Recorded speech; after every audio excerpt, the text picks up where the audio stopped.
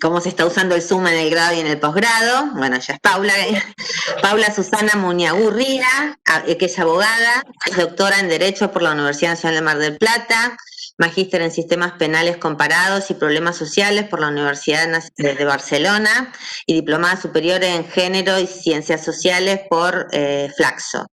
Es docente e investigadora de la Facultad de Derecho, profesora adjunta regular en varias asignaturas, da el Seminario de Género y Discurso Jurídico de la Facultad de Derecho, integra el Observatorio de Políticas de Género y Diversidad de la Facultad de Derecho y es secretaria letrada y defensora pública de la Defensoría General de la Nación. Después, Emilia Montaldo es coordinadora, es trabajadora social, coordinadora de la Oficina de Asistencia a las Víctimas de Fiscalía General ante la Cámara Federal de Mar del Plata, coordinadora de la Comisión de Género de la Asociación Justicia Legítima y del Centro de Estudios para el Desarrollo y Centro de Estudios para el Desarrollo Integral y la Integración Regional. Y después también está Andrea Zarini, que también es abogada, también está especializada en género, graduada de la Facultad de Mar del Plata, máster universitario en Derecho Penal por la Universidad de Salamanca, máster internacional en Sistemas Penales Comparados y Problemas Sociales por la Universidad de Barcelona, docente e investigadora en las asignaturas Teoría General del Derecho y Filosofía del Derecho, y también está junto con Paula en el Seminario de Género de la Facultad de Derecho. También es miembro del Observatorio de Políticas de Género y Diversidad Sexual de la Facultad de Derecho de nuestra universidad y es secretaria de la Cámara de Apelaciones y Garantías en lo Penal de Mar del Plata. El orden de exposición, si quieren repetir el orden en el que las fui presentando, como ustedes prefieran. ¿Querés empezar, Paula? Ahí está.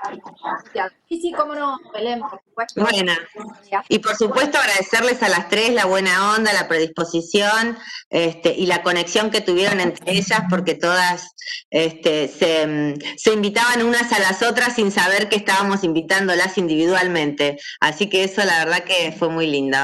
Y bueno, las escuchamos. Bueno, muchísimas gracias. Díganme si se está escuchando bien. Si quieren nos muteamos. Nos bien. Muteamos para... No hay problema, por favor. Bueno, buenas tardes a quien no haya estado al momento que ingresé y saludé. Agradezco, por supuesto, a Activas y especialmente a la licenciada Berruti Moreno por esta convocatoria y por la confianza en animarse a cederme este espacio de la palabra que siempre es tan bienvenido para discutir sobre cuestiones de género. Y por supuesto a todas ustedes que le han restado un rato a esta tarde tan linda y primaveral que proponía otros planes y están aquí escuchando. Es un conversatorio, así que, bueno, las invito a que conversemos, así que sin perjuicio de lo que señalaba Florencia respecto de estos minutos previos de presentación, si les surge alguna duda, alguna inquietud y la quieren hacer saber ahí, levantan la mano, chiflan y participen, increpen, discutan, contradigan. No me dejen sola, en definitiva, acá con mi pantalla mágica. Hablar de institucionalidad, como es la propuesta que nos dirige Activas, nos obliga a repensar un poquito el concepto. Y nosotros solemos decir que Argentina va a la vanguardia en institucionalidad de género. Nos gusta decir que tuvimos la conquista de los derechos políticos allá a mediados del siglo XX, que tenemos los mejores paquetes normativos en materia de protección de las mujeres, en violencia de género. Hemos avanzado con la legislación en materia de feminicidio. Sin embargo, si yo digo 286, 290, 273, 278 y 299, que son los números de femicidios de estos últimos 5 años, y les agrego además los 199 que tenemos al día de hoy en lo que va del año, se genera cierta contradicción. Alguna inquietud fuerte nos tiene que llevar a alguna inquietud fuerte. A eso además deberíamos sumarle los números incontados de las denuncias de violencia que no están registrados porque sabemos que no tenemos adecuados sistemas de control, de registración, no hay desagregación adecuada por género al interior del sistema de justicia, de manera que esta cuestión acerca de cuán a la vanguardia vamos en materia de institucionalidad de género se pone en crisis. Tengamos en cuenta que cuando hablamos de institucionalidad, hablamos de la existencia de mecanismos que se hayan producido, instaurado, cristalizado y hayan logrado cierta estabilidad en el tiempo para que aquellas políticas públicas que resultantes de la agenda de género logren ponerse a salvo de los vaivenes coyunturales. De manera que vamos a ver, cuando nos metemos a hurgar un poquito en qué dicen quienes hablan de institucionalidad, quienes hablan de agenda, por ejemplo, Guzmán, vamos a ver que la cuestión normativa es central, ¿sí? Porque solemos hablar de institucionalidad como normas o conjunto de normas o lugar de llegada de las políticas públicas que logran convertirse ellas mismas en normas o que producen normas como resultados que van a favorecer, en este caso, la equidad de género. De manera que el derecho es convocado. El derecho, la justicia, después veremos, sé que Mira va a ir por ese lado y nos va a aportar la distinción que corresponde hacer entre derecho y administración de justicia. No vamos a hacer la distinción entre derecho y justicia en tanto valor, porque tendríamos que darnos hasta fin de año y no nos alcanzaría el tiempo seguramente, y no haríamos más que plantear problemas y nunca aportar respuestas al respecto. Pero bueno, lo cierto es que el derecho está convocado.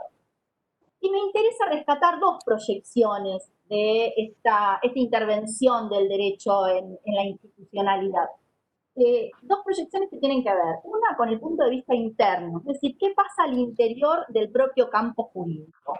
Un poco autorreferencial, sé que va a hablar al respecto Andrea, y tiene que ver con, por ejemplo, el caso paradigmático de esta cuestión que traigo, tiene que ver con la división del trabajo jurídico por género. Vamos a encontrar, y seguramente ustedes habrán escuchado hablar del asunto, hablando del asunto, como diría Barnes, las mujeres estamos subrepresentadas, ¿no? O inclusive silenciadas, o hasta, me animaría a decir, casi proscriptas en los ámbitos del derecho, que tradicionalmente se vinculan o se entienden como del dominio masculino. Hablo del derecho penal, hablo del ámbito del derecho comercial, lugares en los cuales la mujer no tiene una palabra legitimada y no ha logrado un espacio de reconocimiento. Sin embargo, hay otros ámbitos asociados a las tareas de cuidado, asociados a las tareas tradicionalmente asignadas a las mujeres, en los cuales sí hemos logrado cierta inclusión. Los tribunales de familia, las defensorías, lugares en los que se entiende que la mujer reproduce esas mismas pautas de comportamiento tradicionalmente asignadas por estos pares dicotómicos en los cuales se ha ordenado la modernidad y que han dividido a la sociedad en el ámbito público y el ámbito privado. Además de esta primera proyección, que insisto, se la reservo a Andrea, hay una segunda que me interesa rescatar, no porque sean las únicas, sino por los 15 minutos que tenemos. Hay una segunda que tiene que ver con el impacto de las políticas públicas en el mundo social. Esto es en los derechos de ciudadanía de las mujeres. Y ustedes dirán, ay, qué aburrida, claro, abogado iba a hablar de ciudadanía, va a hablar de derechos de ciudadanía, pero es que es ahí donde se juega lo que viene después.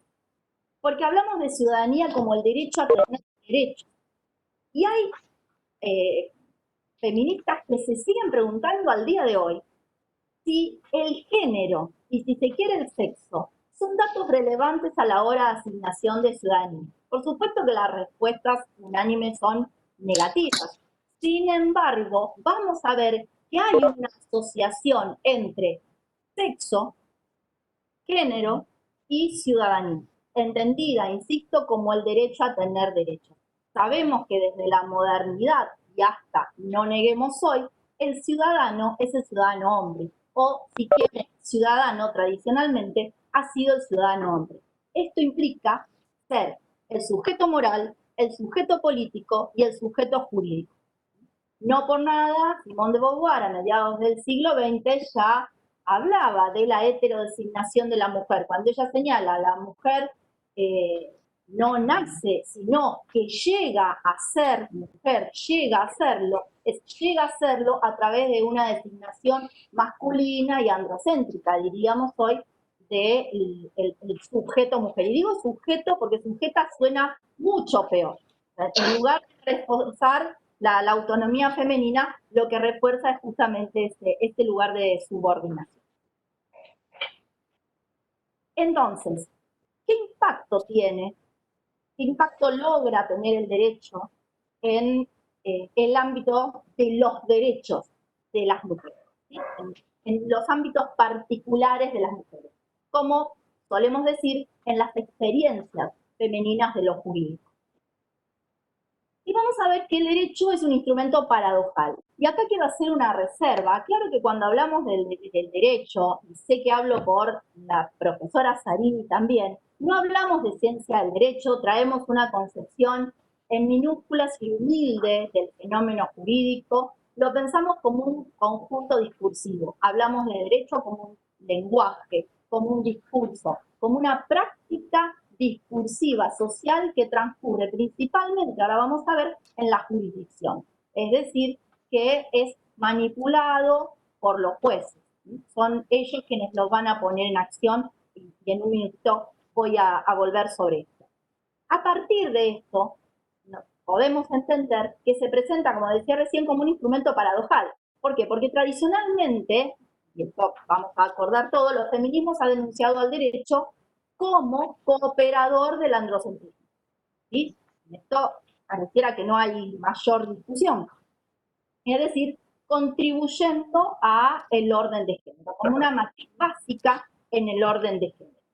Sin embargo, ese mismo derecho que nos ha condenado a las mujeres a un lugar de subordinación, tiene cierta elasticidad, plasticidad, que ha permitido también que se constituya en un dispositivo emancipador, capaz de generar políticas públicas de equidad de género.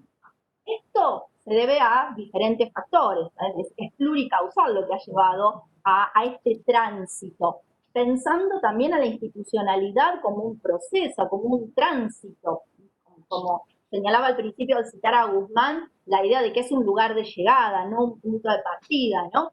Y además acordemos que este tránsito o este proceso no ha sido rítmico, sino que ha tenido vaivenes, ha detenido, ha avanzado coyunturalmente y traccionado principalmente movimientos por los feminismos, ¿no? Que obviamente llevan todo el reconocimiento por este avance, pero además también por el derecho internacional de los derechos humanos, sobre todo en las últimas 3 y 4 décadas.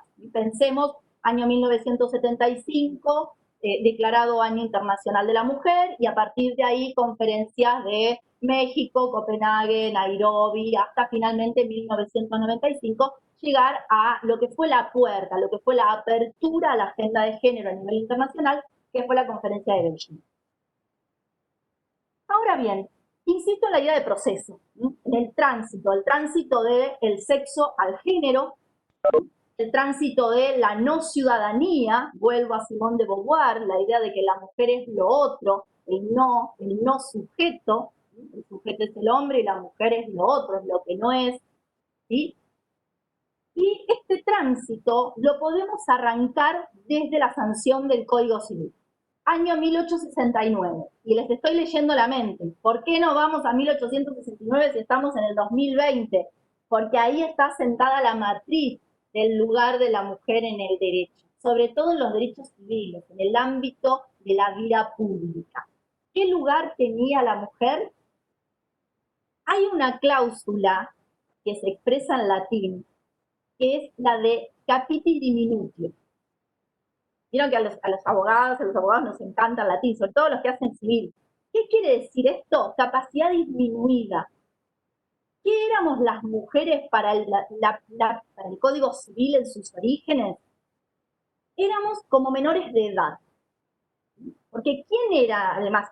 La idea es que, no la idea, sino el tratamiento jurídico de la mujer era el de un incapaz de hecho relativo, alguien que tiene derechos pero que no los puede ejercer. ¿Por qué? Porque no tiene la capacidad para accionar. Entonces necesita alguien que lo represente. La mujer en el Código Civil estaba bajo la representación necesaria del marido. ¿Y para qué? Para disponer de sus bienes, por ejemplo. No podía disponer de sus bienes. No podíamos contratar, imagínense, no poder contratar un contrato de transporte, de compraventa, de locación, nada.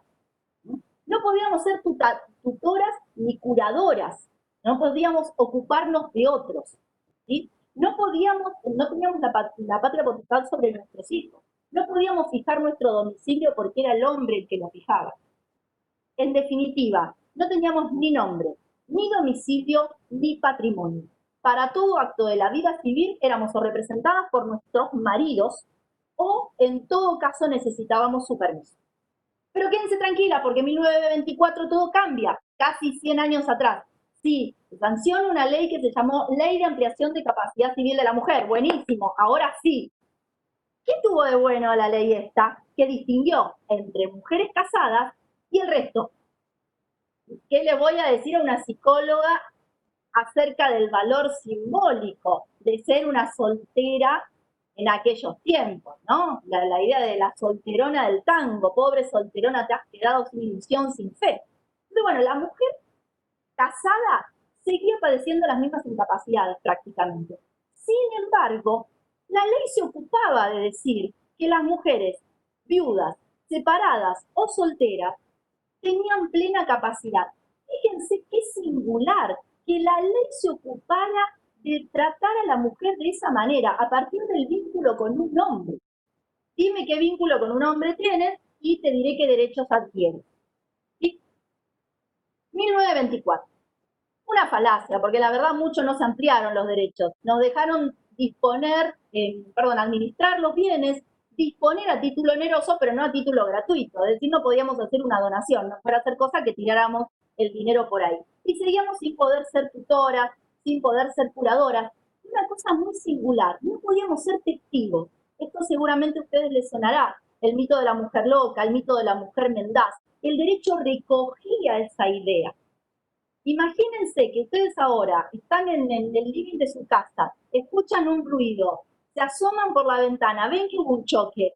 El pobre tipo al que le chocan el auto necesita un testigo, pero qué mala suerte tuvo, justo lo vio una mujer.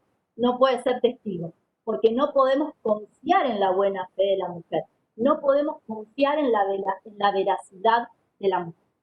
Sin embargo, esta etapa, a pesar de que mantuvo estas inequidades, no dio la ley de voto femenino. Con lo cual, paradojalmente, logramos primero acceder a los derechos políticos antes que a los derechos civiles. Fíjense qué contradictorio, qué interesante. Finalmente, en 1968 se retoca todo el Código Civil, y entonces ahí logramos meternos nosotras, ¿sí? Porque si hubiéramos seguido esperando una ley específica pasaría lo del aborto, ¿no? Bueno, tenemos fe que quizá en algún momento con una reforma integral del Código Penal podamos meter el aborto, porque la ley independiente que nos legitime en ese sentido se viene haciendo rodar. 1968 es entendida por la doctrina como el momento, como la oportunidad de los derechos de las mujeres. Sin embargo, si bien la proclama es de plena capacidad para las mujeres, lo cierto es que recién, luego del advenimiento de la democracia, a partir de la sanción de la ley de matrimonio civil, que otorga el divorcio, la modificación de la ley del nombre, porque en 1968 se sanciona una ley por la cual se torna obligatorio normativamente, porque antiguamente era una costumbre, pero a partir de ahí se torna obligatorio el incluir el apellido masculino precedido de la partícula D. Es decir, se consagra la idea de que la mujer es de uno. En conclusión, es a partir del retorno de la democracia que Argentina abraza la institucionalidad, no de género en ese momento todavía, pero sí una institucionalidad que se encamina hacia la equidad en los derechos de las mujeres. No las voy a aburrir con todas las normas que tenemos, ustedes conocen, ¿no? Hemos llegado a la legislación en materia de femicidio, seguramente Andrea que maneja más el ámbito del derecho penal, les contará al respecto, pero sí me interesa rescatar, porque me parece que ya estoy en tiempo, ¿no? No sé cómo, ¿sí? Bien. Estás bien con el tiempo, Paula. Bueno, entonces dos cositas más. Que cuando hablamos de derecho, podemos analizarlo en diferentes planos, en diferentes proyecciones. El derecho es un fenómeno multifronte, es un concepto ambiguo, difícil de asir. Los abogados y los abogados no podemos definir qué es el derecho.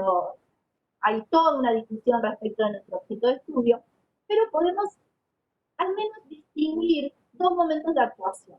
Uno que tiene que ver con la producción normativa, en este caso la producción de las normas que constituirían el núcleo duro de la institucionalidad de género, que no está exenta de discusión, que se desarrolla en el ámbito deliberativo y que ustedes saben también, como señala Nancy Fraser, ese ámbito deliberativo, incluso en las modernas democracias, ha dejado en paréntesis, ha mantenido silencios muy significativos respecto de algunos interlocutores, y uno de esos colectivos excluidos es precisamente el colectivo de mujeres. ¿Sí? Por supuesto, además de las sexualidades hegemónicas y la comunidad LGBTI más en su conjunto, ¿no?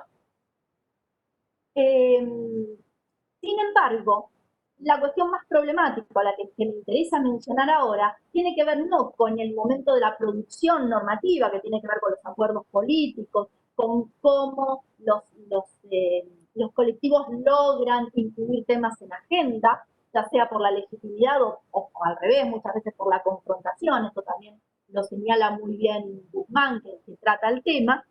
Pero sí me interesa recalcar que en definitiva estos derechos se van a poner en juego, se van a poner en acto, mejor dicho, en el ámbito de la jurisdicción, es decir, en la administración de justicia a la que se va a referir Mila. Es el juez el que va a articular los derechos, el que va a aplicar las normas, pero previo a esa aplicación va a realizar un proceso de interpretación normativa, es decir, va a dotar de significado a las normas, lo cual ya es un problema. Imagínense que haya un sujeto, ser humano, juez, general juez, y algunas veces jueza, que dice cuál es el sentido de las normas.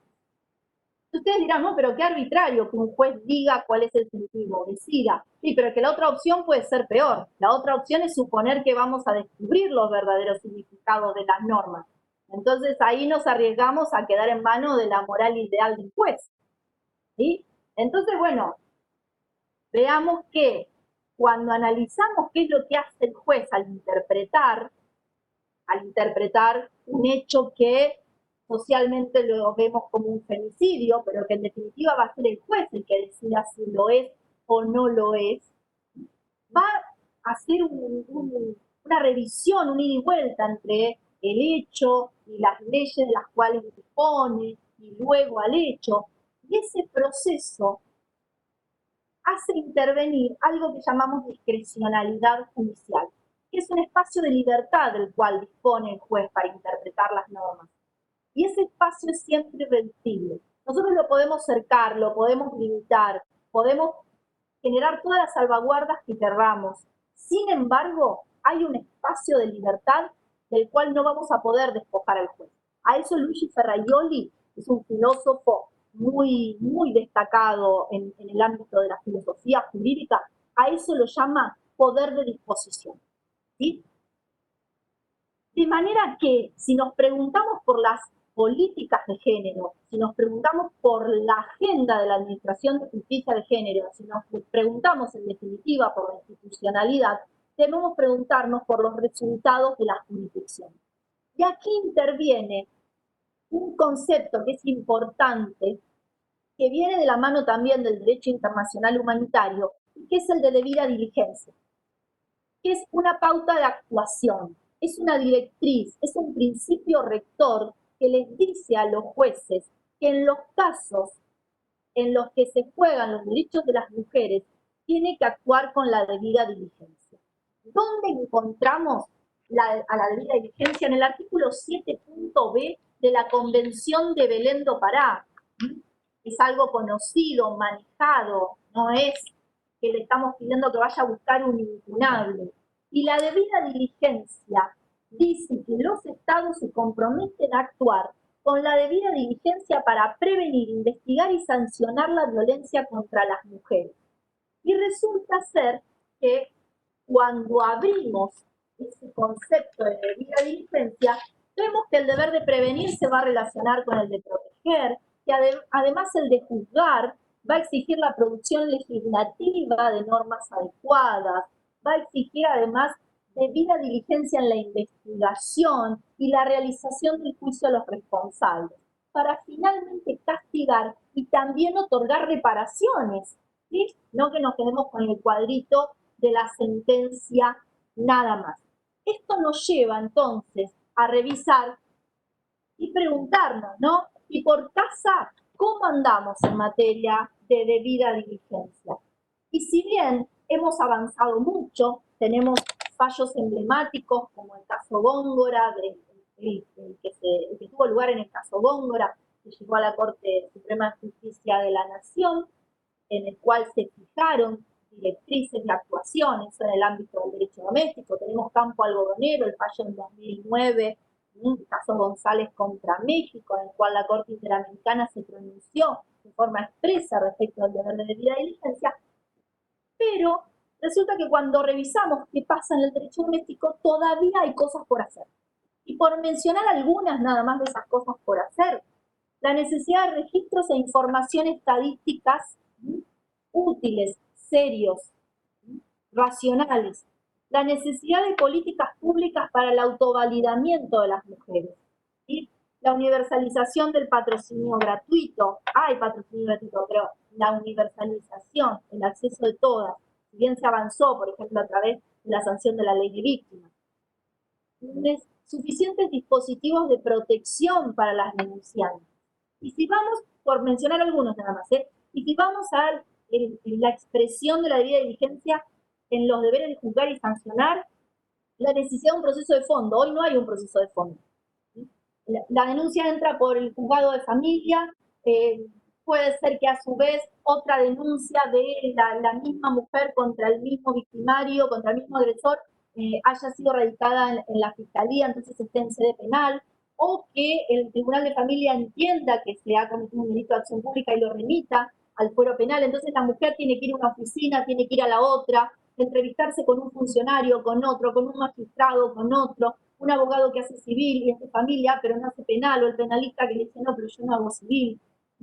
La necesidad entonces de un proceso de fondo que respete la interseccionalidad de género, de manera de que se evite la fragmentación y que no se pierda la especificidad, porque la verdad, el reconocimiento de la especificidad de la violencia es una de las principales ganancias que se han tenido en las últimas décadas.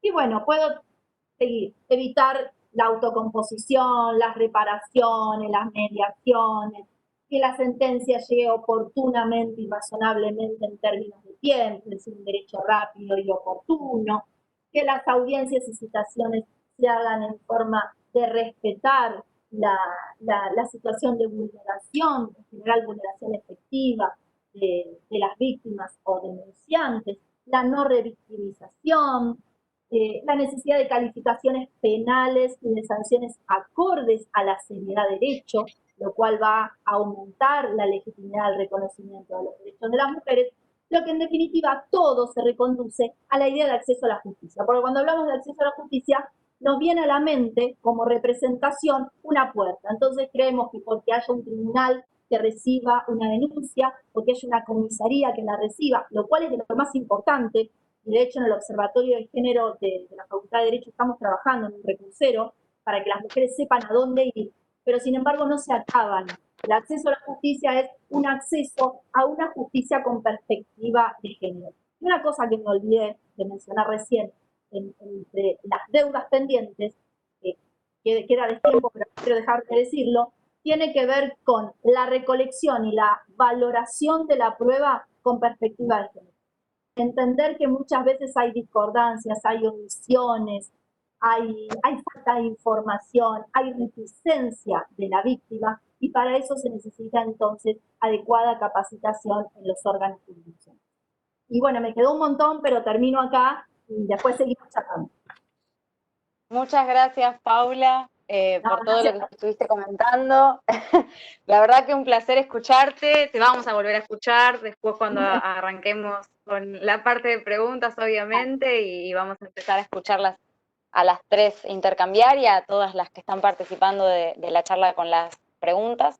Le pasaría la palabra, no sé si Andrea o Mila seguirían. La que primero se desmutee puede retomar ahí la palabra después de Paula. No sé, como te parezca, Andrea. No, sí, puedo seguir yo en todo caso porque me parece que hago un poco de puente entre lo que contaba Paula y supongo lo que nos va a contar Mira. Así que bueno, como Bien. hablando del problema de conectividad, obviamente me desconecté, ahora volví a conectarme por suerte, pero bueno, primero quiero agradecerle a Belén y a Florencia, bueno, por habernos invitado, por dejarnos compartir este espacio con todas las que nos están escuchando, y obviamente a ellas que están disponiendo su tiempo para compartir este espacio con nosotras. A ver, mi propósito también es compartir algunas reflexiones que están surgidas de dos ámbitos en los que participo, y con esto voy a pecar de ser un poco autorreferencial. Uno es la enseñanza del derecho, y el otro, bueno, o sea, mi práctica profesional en el Poder Judicial, para no recurrir, como dice Paula, a esta compleja noción de administración de justicia. Y a partir de ahí, no sé, someter a consideración algunos aspectos en los que intuyo se advierte cierta brecha entre el ideal de la institucionalidad de género en el derecho y las prácticas concretas en un ámbito y en el otro. Obviamente no pretendo ser exhaustiva, sino a pensar de ciertos avances en la institucionalidad, ¿no? Ciertos avances en materia legislativa, ciertos avances en ciertas políticas públicas. Hay algunos rasgos que siguen operando con persistencia y nos ponen de manifiesto ciertas dificultades que muchas veces tiene el derecho para legitimar ciertas reivindicaciones de las mujeres. Hay ciertas resistencias o ciertas particularidades que operan un poquito en el ámbito de la enseñanza del derecho. En la carrera de abogacía hay ciertos espacios curriculares que por suerte son los que compartimos con Paula, que nosotros llamamos, materias no normativas, que son ámbitos que nos permiten, ¿no?, tener una visión un poco más crítica del derecho, o corrernos hacia un concepto del derecho que no haga foco solamente y únicamente en los aspectos normativos. Pero esto no sucede en la mayoría de la currícula. Si ustedes recorren la currícula de la carrera de abogacía, la mayoría de las materias son aquellas materias que nosotros denominamos normativas. ¿Y cómo operan? Operan recortando sectores, ¿no?, o ramas del derecho que se convierten en el objeto de ese diseño curricular. En realidad me voy a centrar, porque es lo que en este sentido sí puedo por ahí hacer una introspección un poquito más profunda en lo que tiene que ver, en la enseñanza, por ejemplo, del derecho penal. Obviamente la enseñanza del derecho penal abarca, lo que serían, las normas del Código Penal y de aquellas leyes que disponen delitos. Y a su vez tiene una gran división que también opera en la mayoría de estos conjuntos de normas que llamamos códigos, que, es decir, en el caso del derecho penal específicamente, tenemos una parte del Código Penal que tipifica los delitos, que describe qué conductas van a ser delitos y a su vez les asigna respectivas penas, pero después hay una parte que llamamos parte general, donde trata cuestiones que tienen que ver con cuáles son las penas que nuestro derecho admite, qué tipo de penas, cómo se aplican, cuestiones que tienen que ver con la prescripción de las acciones, con la prescripción de las penas, que tienen que ver con la imputabilidad, con la capacidad de culpabilidad de los sujetos de derecho, con a ver, ciertas circunstancias, ¿no? que tienen un nombre específico en esta teoría, lo que se llama teoría del delito, ahora voy a volver sobre esto, que tienen que ver con situaciones en las cuales no va a haber pena, ya sea porque se excluye la culpabilidad, porque alguien actúa conforme a derecho, porque la conducta no constituye delito. Lo cierto es que estas materias, ¿no? que tienen su contenido centrado en ciertos aspectos de nuestro sistema jurídico, nosotros las llamamos materias dogmáticas, o se denominan materias dogmáticas. ¿Y por qué se llaman así? Porque le llamamos dogmática a cierto modelo metodológico de ciencia del derecho, que como anticipaba Paula, no es específicamente el modelo que nosotros compartimos, en realidad nos despreocupa bastante que el derecho, a ver, estamos acostumbradas nosotras a manejarnos con esta ambigüedad, ¿no? Porque utilizamos la palabra derecho tanto para referirnos a un conjunto de normas que rigen nuestra vida social, como, a ver, el conocimiento teórico acerca del derecho. Y la dogmática, lo que se conoce con el nombre de dogmática del derecho, se construye como un modelo metodológico, o pretende ser un modelo metodológico de ciencia del derecho, que centra su objetivo en el sistema normativo, pero además es una concepción absolutamente estática del sistema normativo, pero además desprendida de lo que serían, ¿no? estos procesos sociales y culturales de producción y de aplicación del derecho. Es decir, que se erige, ¿no? en el objeto central y primordial aquello que constituye solamente el elemento normativo. Y en estas materias, precisamente, en estas materias que son bastante impermeables a una visión crítica del derecho, es donde se plantea, ¿no? la necesidad de incluir en la enseñanza del derecho una perspectiva de género. En el caso particular del derecho penal es ampliamente debatida la cuestión, porque obviamente se parte de la idea de que esta inclusión es absolutamente necesaria, aunque haya desacuerdos respecto de qué manera efectivamente esto puede lograrse. Sin embargo, como les decía al principio, es que se advierten ciertas resistencias que en realidad se dan, ¿no? por una cuestión que involucra tanto a qué pasa con el sistema penal en sí, ¿no? con las normas concretas que regulan, que están reguladas en ese ámbito del derecho, y con esta concepción, ¿no? acerca de cómo funciona el derecho, porque obviamente esta manera de entender el derecho determina o tiene sus consecuencias en el modo de enseñar el derecho. A ver, nuestro sistema penal es un sistema de corte liberal, es decir, se autoproclama como un sistema de corte liberal. Y también, como anticipaba Paula, de alguna manera las pensadoras feministas han mostrado cómo el corpus del pensamiento liberal está estructurado, ¿no? en estos dos pares dicotómicos, sexualizados y jerarquizados, donde, ¿no? los hombres son identificados con una parte de ese dualismo, el que se lleva la posición jerárquica que tiene que ver con el pensamiento, la racionalidad, la razón, la cultura, el poder, la objetividad, la actividad abstracta. Y precisamente el derecho está asociado con la parte con esa parte dicotómica, con esa parte del par dicotómico. Y la exclusión de las mujeres parece ser no solo la más antigua y la más duradera, no en el tiempo, sino también aquella cuyo diseño y cuyas motivaciones están inscritas claramente en el derecho. Esto, ¿no? Es decir, a veces podría pensarse que, ¿no? los teóricos del derecho, ¿no? es como que hubiesen obviado la relevancia de la presencia femenina en la sociedad. Y la verdad es que no siempre ha pasado esto, ¿no? Sino que muchas veces, ¿no? como mostraba Paula con los avances de la legislación, ha habido, sí, una conciencia respecto de la presencia femenina, pero como una presencia a ser gobernada, ¿no? Es decir, como ser gobernada para regular o para establecer un orden respecto del cual se pretende una huella patriarcal. Y si bien, ¿no? en algunos ámbitos, ¿no? el universal neutro de las declaraciones de derechos ha significado solamente lo masculino, en algunos otros ámbitos del derecho, ¿no? la presencia femenina ha dado, ¿no? lugar a ciertas reglas precisas, pero que están dirigidas, como decía Paula, a la tutela y el mantenimiento de una estructura patriarcal. Es cierto que en algunos casos, ¿no?, la exclusión de lo femenino, subsumido en el universal hombre, varón, ha cerrado a las mujeres una esfera de poderes, y esto principalmente pasó en el ámbito político, gracias, ¿no?, a la definición y al diseño masculino de los derechos fundamentales. En otros ámbitos del derecho, y principalmente en el derecho penal, sí ha habido, insisto, una presencia de las mujeres, pero ¿no?, esta presencia tenía que ver con una idea de tutela, ¿no?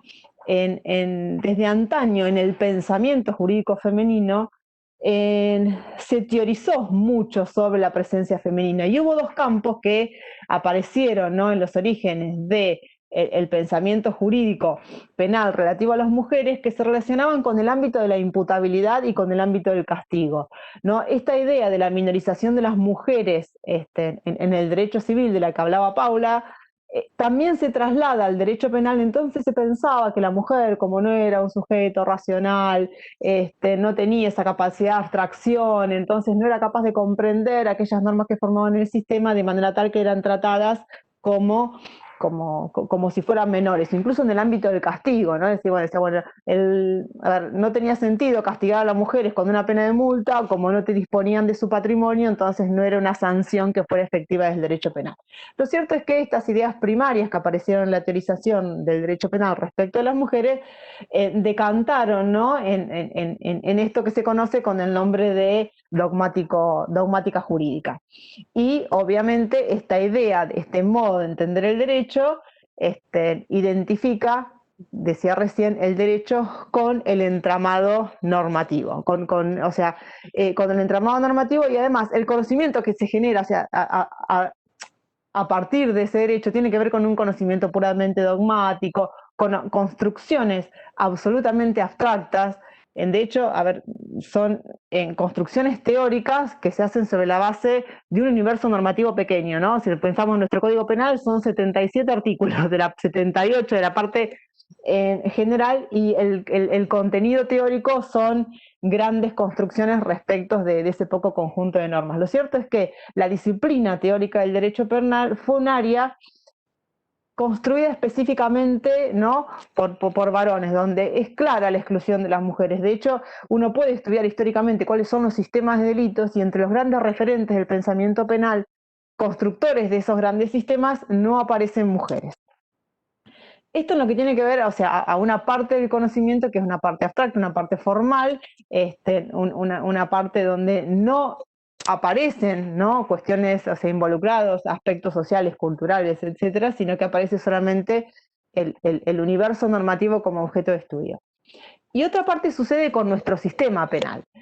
La ley penal es la que resulta más engañosa cuando intentamos detectar cuáles son las diferencias en el tratamiento de los géneros, porque precisamente, a ver, nuestro derecho penal, como decía, de corte liberal, es el que pregona con mayor fuerza la igualdad entre hombres y mujeres, pero en realidad esta declaración realmente es meramente ficcional, porque hay una enorme diferencia en el ingreso de representantes de uno y otro sexo en la normativa penal.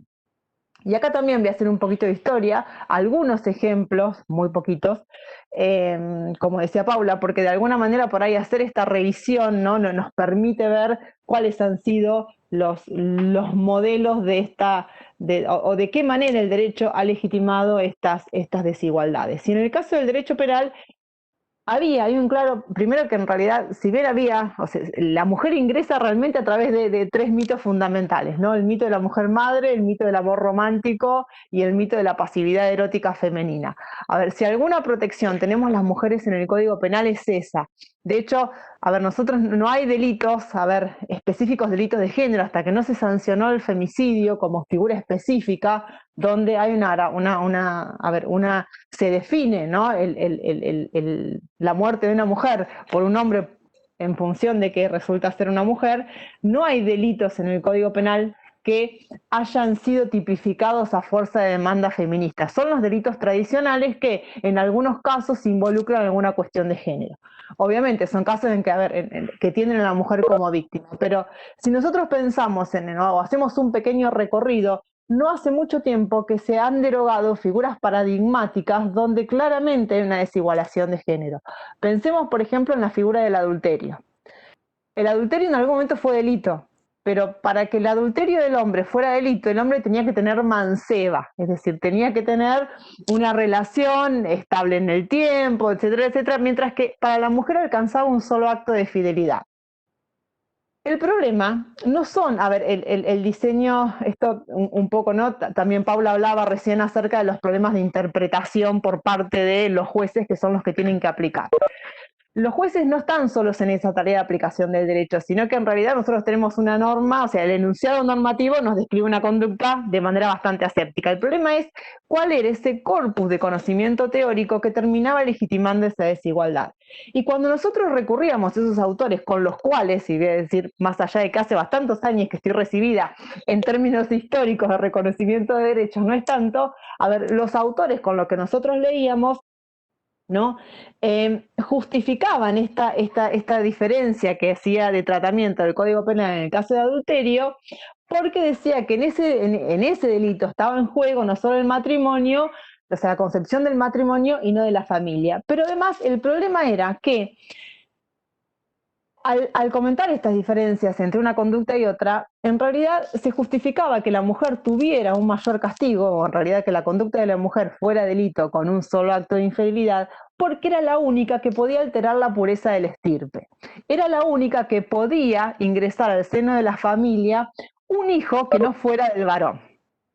Entonces, esa era la explicación, a ver, de los teóricos del derecho acerca de por qué efectivamente se justificaba una mayor pena en el caso del adulterio de la mujer, o sea, no una mayor pena, porque la pena era la misma, sino que en realidad alcanzaba con un solo acto de infidelidad de la mujer, y no pasaba lo mismo en el caso de los varones. Lo mismo sucedía con, a ver, la derogada figura del infanticidio, ¿no? Que establecía una pena menor para el caso del homicidio, pero en realidad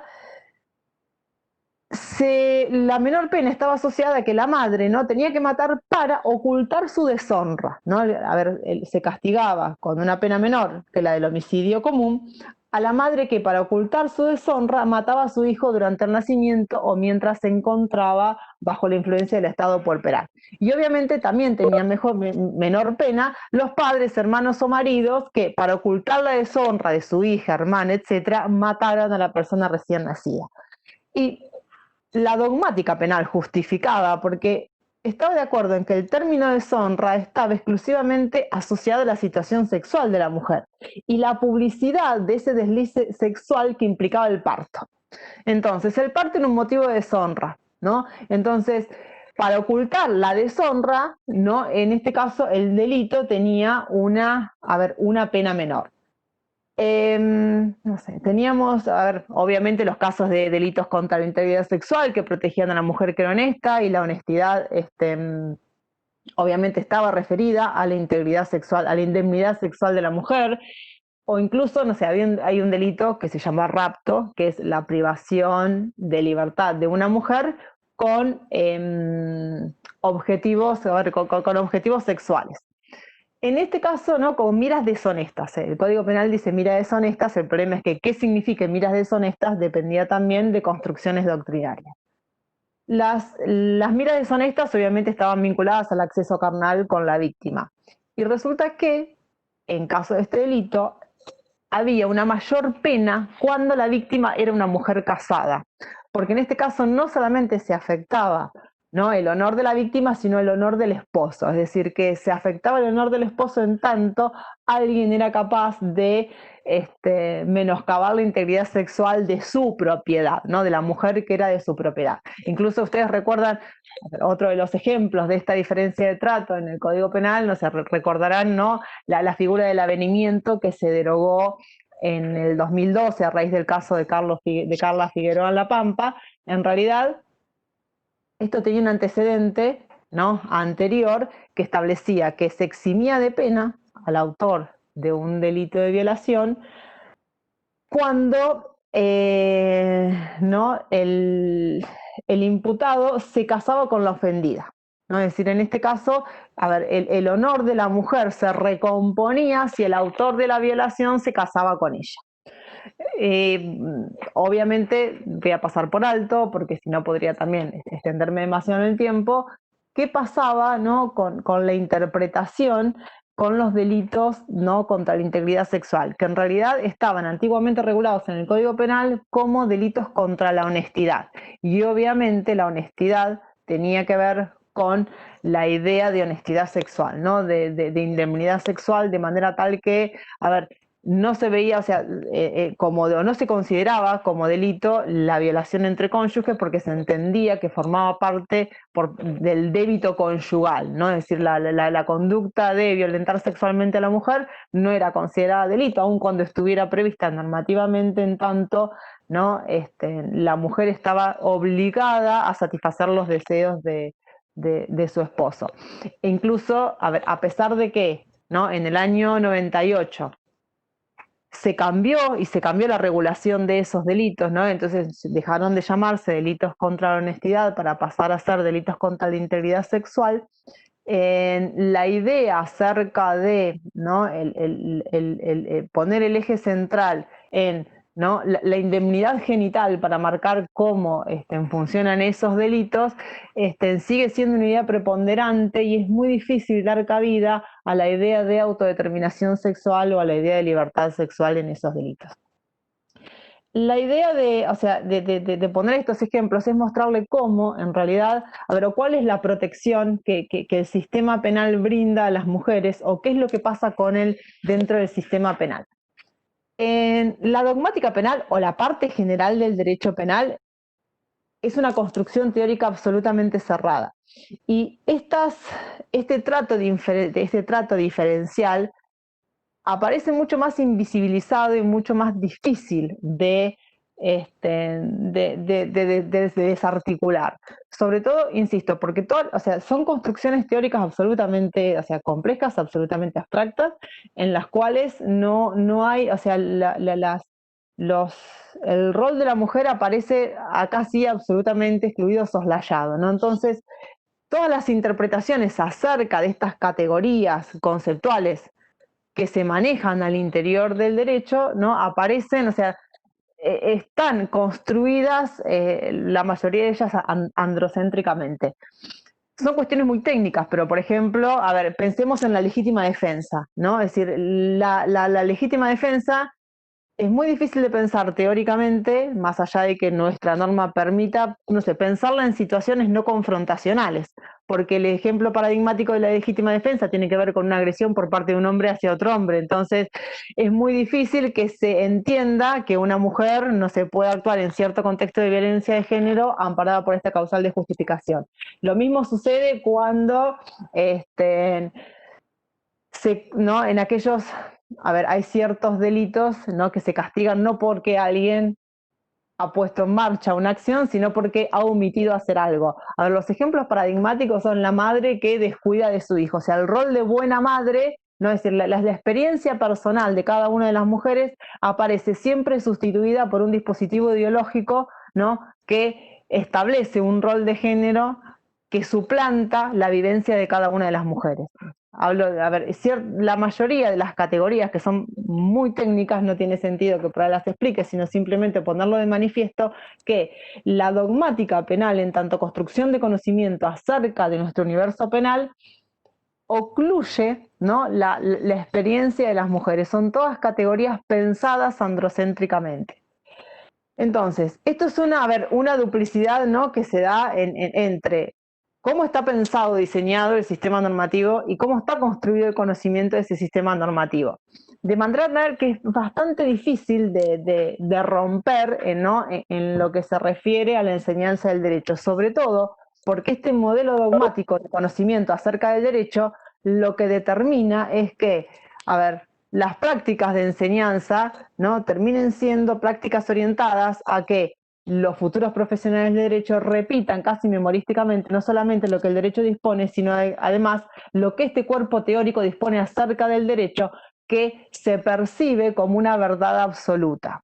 Entonces, esto es sumamente dificultoso de romper, por eso, es es importante encontrar realmente otros espacios críticos que permitan romper con los puntos centrales o con los ejes centrales de esta matriz de conocimiento. Y creo que estoy yéndome con el tiempo, pero a ver, simplemente agregar una cosita más, que por ahí tiene que ver un poco con lo que había dicho Paula respecto de en esta idea de acceso a la justicia, porque en realidad esta idea, ¿no?, de este punto de vista de la dogmática jurídica, que es el modelo dominante de conocimiento del derecho, que aún impera en nuestras escuelas de derecho, también, a ver, que además tiene una fuerte tradición normalista, también determina una visión, ¿no?, de aquello que signifique acceso a la justicia, que está estrictamente limitado al acceso a la jurisdicción. Es decir, cuando nosotros desde esta perspectiva teórica en las facultades de Derecho, ¿no?, vemos qué significa el acceso a la justicia y lo llevamos a nuestras prácticas profesionales, porque esta visión estrictamente dogmática del derecho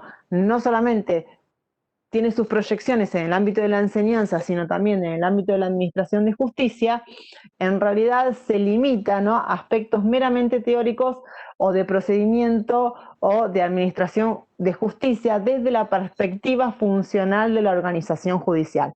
Pero deja por fuera todos estos aspectos que tienen que ver con la elaboración de las leyes, con su interpretación y la aplicación práctica, de otro lado, donde efectivamente se juegan todas estas cuestiones que tienen que ver con la perspectiva de género.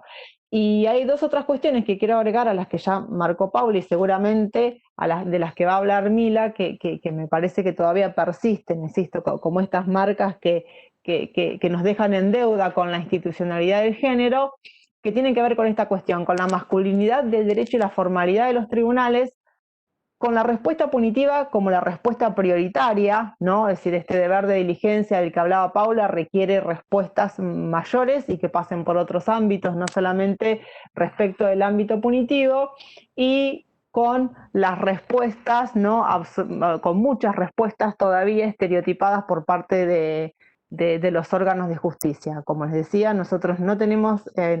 a ver, ni el derecho penal ni el proceso penal está pensado para dar una respuesta a la demanda y a las necesidades de las mujeres. Y aquellos delitos que pueden involucrar una problemática, sobre todo una problemática de violencia de género en cualquiera de las expresiones, no fueron delitos que han sido tipificados a fuerza de demanda feminista, sino delitos tipificados en general.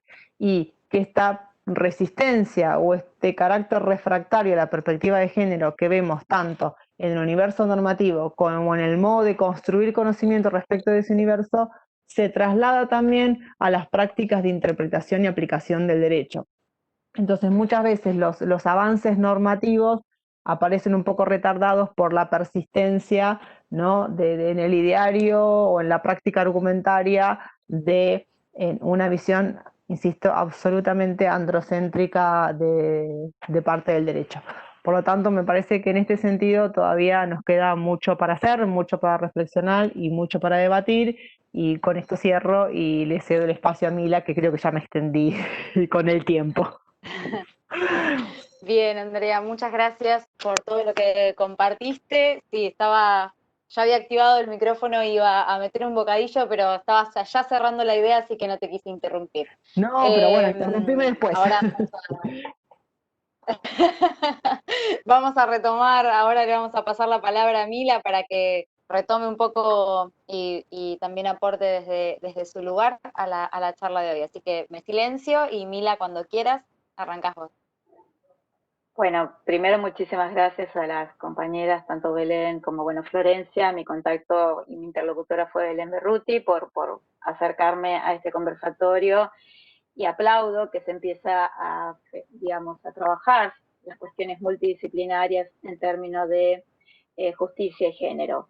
Para mí es importante, yo voy a hablar otro vocabulario que hablaron Andrea y Paula, y tiene que ver un poco con cosas que creo que hay que diferenciar. Para mí hay que diferenciar lo que es justicia de lo que es un sistema judicial, porque como bien dijo Paula, justicia es un valor social, que podría tener un desarrollo teórico amplísimo, pero por sobre todas las cosas me parece que atañe a la sociedad e incluye a la sociedad la justicia como valor social. Y otra cosa es el instrumento que tiene el Estado y el organismo que ha construido para poder, digamos, de alguna manera ayudar a la convivencia social de una sociedad en forma pacífica, que tiene que ver con la aplicación normativa jurídica a través del sistema judicial. También a veces decimos poder judicial y cuando decimos poder judicial dejamos afuera a los ministerios públicos. Entonces, a mí me gusta hablar de sistema judicial. Me parece que en este sentido, si hablamos de género y justicia, el género en realidad es una construcción, la construcción de una teoría basada en la ética que hace el movimiento feminista y desde una filosofía humanista que justamente lo que viene a demostrar es la desigualdad existente entre el hombre y la mujer históricamente. Y esto podría ser un acto de justicia. Entonces, si decimos esto, podríamos decir que justicia como justicia y género podrían ser análogos. Sin embargo, esto no es así. Es una analogía que difiere mucho en la realidad social. ¿Y por qué difiere mucho en la realidad social? Porque este lugar de subalternidad de la mujer ante el hombre ha permitido que las sociedades justamente se estructuren y se organicen en base a los estereotipos de género. Y estos estereotipos de género son los que han, de alguna manera, dado sustentabilidad a la relación de desigualdad entre el hombre y la mujer. Los estereotipos de género, podríamos decir que son esas conductas prefijadas y asignadas a los hombres y las mujeres en su rol, según su condición biológica y sexual, ¿no? Según su sexualidad y biología. Entonces, esto es una asignación cultural y que está munida de un prejuicio. Dicho esto, me parece que hablar de institucionalidad de género, nosotros no estamos en el sistema judicial en una instancia de institucionalidad de género, esto me hago cargo yo y es a mi entender. ¿Y por qué digo esto? Porque si bien, como bien lo nombró Paula y lo desarrolló más detalladamente Andrea, tenemos muchísimos, somos Argentina dentro de la región es la más avanzada en términos de derechos formales y de legislación con perspectiva de género. También es cierto que en el marco de los derechos sustantivos, esto, digamos, hay una disociación muy importante. Si ustedes, cuando yo la escuchaba a Andrea, cuando ella desagregaba, digamos, toda su teoría en relación a la dogmática penal, fíjense ustedes cómo la construcción normativa está basada en estereotipos de género. La buena madre, ¿no? La mujer, al hablar de la buena madre, reproductora biológica, encargada de la reproducción social, y si bien estos estereotipos de género podemos decir que son estadísticos y descriptivos, porque podemos decir que el 69% de las horas de los cuidados están asignadas a las mujeres, o las mujeres las llevan adelante y el resto, digamos, lo llevan adelante los hombres, también podemos decir que es un estereotipo normativo. ¿Por qué? Porque justamente lo que hace es guionar identidades. Es esta construcción social de que la mujer está asignada a el cuidado, a el rol materno, a la buena madre, a ejercer, digamos, todas aquellas tareas domésticas a las cuales el hombre no ejerce. ¿Por qué? Porque tiene que salir en un rol, digamos, de un lugar primordialmente superior a conseguir el sustento, a comunicarse con el mundo exterior. Esto es importante, trabajar el tema de los estereotipos de género, porque justamente es lo que va a validar lo que también decía Andrea en su última parte del análisis, de que una cosa es el deber ser del sistema judicial y otra cosa del sentido de la norma, del significado de la norma, y otra cosa es el hacer. Y esto al sistema judicial le ha tenido mucho costo. Yo lo escuchaba a Mario Portela, que creo que estaban también Andrea y Paula hace poco tiempo en un conversatorio organizado por la Facultad de Derecho, y él justamente hablaba de una estadística que decía que el 97% de la gente no cree en los jueces. O sea que hay un 7% que sí creen los jueces. Y esto me parece que tiene que ver con un cierto descreimiento de esta disociación notable que hay entre ese deber ser y el ser del sistema judicial. nosotros acá podemos hablar de estereotipos de género y bueno, para eso nos podemos basar en el caso de Lucía Pérez. El caso de Lucía Pérez, fíjense ustedes cómo el fallo originario está construido y lo predominante, por eso es importante analizar cómo operan los estereotipos de género, lo predominantes que son, porque todo ese fallo está construido justamente en base a un estereotipo de género, ¿no? A esta cosa, a este entendimiento de la mala víctima, la buena víctima.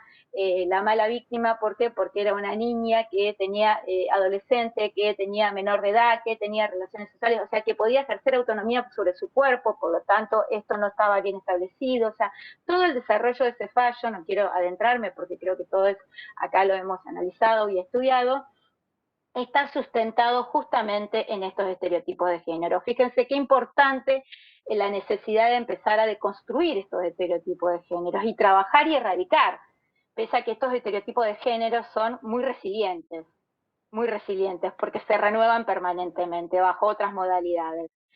Otra de las cuestiones que me parece importante establecer es justamente que el derecho y el sistema judicial justamente, creo que es justamente, perdón, justamente repetí muchas veces, creo que es androcéntrico y endogámico, porque es como decía un poco Paula, esto trato de acordarme qué dijo Paula y qué dijo Andrea, porque me parece que dijeron cosas muy interesantes, y ella decía, bueno, hay un momento en el ámbito, en el ejercicio de la administración de justicia, hay un momento donde el juez tiene libertad, no solo para interpretar la norma, sino para darle significado a la norma, ¿no? Que va a aplicar en un fallo. Y en esta construcción, que no deja de ser una construcción, si bien es objetiva, es subjetiva, por eso la norma puede ser interpretada de distinta manera, y eso tenemos todos habida cuenta de cómo se puede un juez fallar de una manera y otro juez fallar de otra determinada manera aplicando la misma normativa, tiene que ver con el androcentrismo y el endogámico, porque la mirada justamente unidisciplinar del derecho es lo que no permite tener quizás esta perspectiva de género y esta amplitud de saberes y de conocimiento. Por eso, una de las cosas que nosotros trabajamos fuertemente, y lo hacemos de una manera palpable dentro del sistema de justicia federal, que es donde a mí me toca actuar, por suerte dentro del Ministerio Público Fiscal de la Nación, con las fiscalías federales, como el Juzgado Federal, con el cual trabajamos muy bien, es la necesidad de restablecer esta construcción jurídica desde una mirada interdisciplinaria, no multidisciplinaria, interdisciplinaria, porque hasta acá el sistema judicial, por lo menos a nivel local, tiene un departamento pericial. Entonces, ¿qué es lo que sucede? Yo, funcionaria, jueza, juez, magistrade, utilizo y solicito los informes que requiero pertinentes para determinado caso, que un especialista asignado a la materia pueda hacer un desarrollo respecto a lo que yo quiero adentrarme y profundizar. Pero ese informe puede ser o no vinculante, por lo tanto, ese hecho en sí mismo, que es parte del protocolo, digamos, el funcionamiento del sistema judicial, ya hace en sí mismo que el juez y la jueza pueda parcializar, el magistrado pueda parcializar el contenido de ese informe que esa especialista hace en relación a la materia que se le asigna analizar, estudiar y profundizar. Entonces me parece que en ese sentido este recorte y esta mirada termina generando un poder y una colonialidad del pensamiento que hace que justamente la aplicación normativa muchas veces, volviendo al tema que nos convoca, no tenga perspectiva de género. La democratización del sistema judicial tiene que ver con la incorporación de saberes y comprender desde el derecho como disciplina que tiene que interpretar la norma y estudiar y analizar los distintos conflictos sociales a través de la interdisciplina, en conjunto con otras disciplinas, porque la complejidad que justamente contienen esos conflictos sociales son multifactoriales, multidimensionales, y el derecho no es la disciplina que puede justamente interpretar integralmente estos conflictos y así poder aplicar la norma pertinente de manera holística. En el ámbito de derecho ambiental, en los casos de problemas de medio ambiente, se está trabajando mucho justamente de esta perspectiva interdisciplinaria, porque justamente lo que ahí ha comprendido, digamos, tanto los abogados como los juristas, que el término de saneamiento, el término de medio ambiente es poco lo que se sabe, por lo tanto se convoca a especialistas y se trabaja en forma inter y multidisciplinaria con mayor asiduidad. Pero después en el resto de los temas no. Y eso hace que, digamos, de alguna manera esto que se refleja en la administración de justicia también tiene que ver con un funcionamiento judicial. Por eso yo digo, no tenemos que desapegarnos de lo que tiene que ver con las prácticas cotidianas judiciales y sociales, porque si nosotros decimos desde la perspectiva de género que hay que incorporar una mirada interdisciplinaria, que hay que democratizar el sistema de saber, que hay que descolonizar la construcción de ese saber y de ese instrumento jurídico, también tenemos que decir justamente que tenemos que empezar a revisar y a deconstruir un andamiaje teórico y por sobre todas las cosas que está sostenido desde una práctica social y jurídica de tantísimo tiempo. Por lo tanto, esto no es una cosa que se puede construir de un día para otro. Esto requiere de mucho tiempo. Por eso, lo decía Andrea, el sistema de justicia, y lo decimos nosotros también, el sistema de justicia es tan refractario a los cambios, y el sistema de justicia, lo que ha tenido hasta acá es ser, yo esto lo digo, me habrán escuchado decir bastante en los conversatorios que estamos realizando, un gran reproductor de las desigualdades sociales. Si nosotros nos vamos a ver cómo está conformado el sistema judicial en términos estadísticos, y esto tiene que ver con su funcionalidad y tiene que ver con los estereotipos de género que digamos que se transmiten hacia el adentro de la institución, podemos ver lo siguiente. Nosotros tenemos un sistema de justicia, estos son los datos de la oficina de la Corte, de la Oficina Mujer de la Corte Suprema. El sistema judicial de todo el país, justicias provinciales y justicias federales y justicia nacional, en su composición, las mujeres significan el 56,9% y los varones el 43,1%.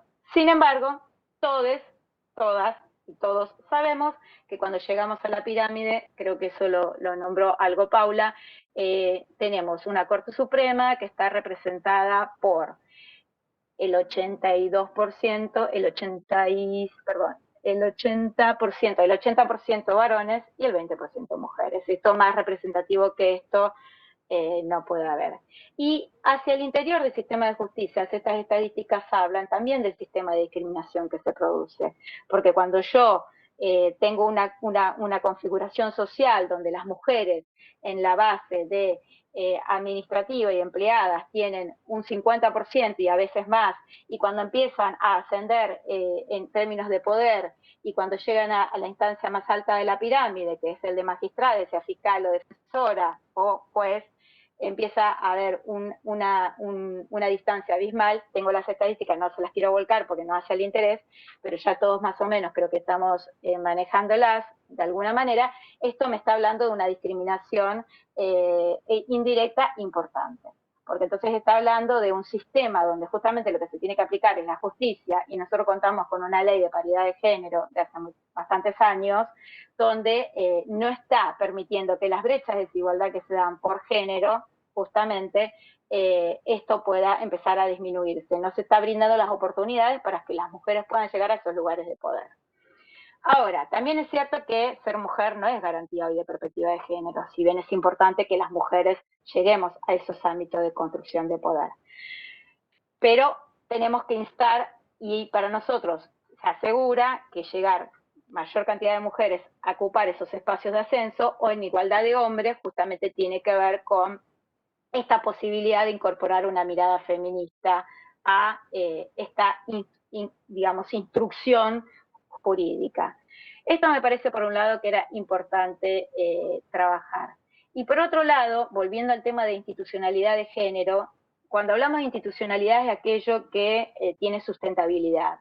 Y justamente hoy lo que decimos, creo que lo dijimos las tres de alguna manera, bajo distintas palabras, hoy no hay perspectiva de género, ni en la composición del sistema judicial del universo jurídico, ni hoy tampoco nos destacamos por justamente ser una justicia con perspectiva de género. Por eso hoy se está debatiendo importantemente todo lo que tiene que ver con el género y el sistema de justicia y la mirada jurídica desde un enfoque de género y de derechos humanos. Hablar de transversalización tiene que ver, por ejemplo, un ejemplo para pensar qué es una institucionalización de una política pública de Estado, es, por ejemplo, el decreto 680/2020, que justamente lo que hace es, dentro de la jefatura de gabinete, crear una estructura, el gobierno, la estatalidad, en este caso el Poder Ejecutivo, crear una estructura que se llama el Gabinete Social para la Transversalización de Género de las Políticas Públicas. Esto es un ejemplo de institucionalidad de género, ¿no? Esto dentro del sistema de justicia obviamente no existe. De hecho, hoy estamos cuestionando y estamos planteando la posibilidad que en el marco de una reforma federal se pueda incorporar la perspectiva de género a esta reforma, campo que todavía no ha sido ganado. Pero si se quiere, vamos un poco más al interior y a profundidad. Fíjense cómo es la construcción del lenguaje escrito. El lenguaje escrito es masculino.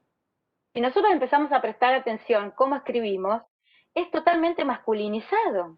Estamos todo el tiempo masculinizando a los sujetos en el lenguaje escrito. Y una de las cosas que tiene el sistema judicial, que hasta ahora no está digitalizado, que es hacia dónde quiere ir por un montón de cosas, entre esos para la celeridad de las causas y la modernización, justamente es el expediente escrito. Y cuando uno escribe, construye formas psíquicas y subjetivas también. Entonces es muy difícil erradicar esta masculinidad si no se comprende que la escritura está justamente en sintonía con las construcciones subjetivas. Entonces me parece que ahí hay una composición y una cantidad de variables y factores que nosotros tenemos que analizar que hacen al mundo judicial y al sistema de justicia y al universo de justicia. Pero yo en esto no quiero avanzar mucho más porque creo que estamos hace 1 hora y media charlando y quería ser muy sucinta, achiqué mucho lo que quería decir porque me parece que tampoco la idea es cansar a la gente y a mí me gusta mucho más dialogar que por ahí disertar y hablar y hacer una construcción individual.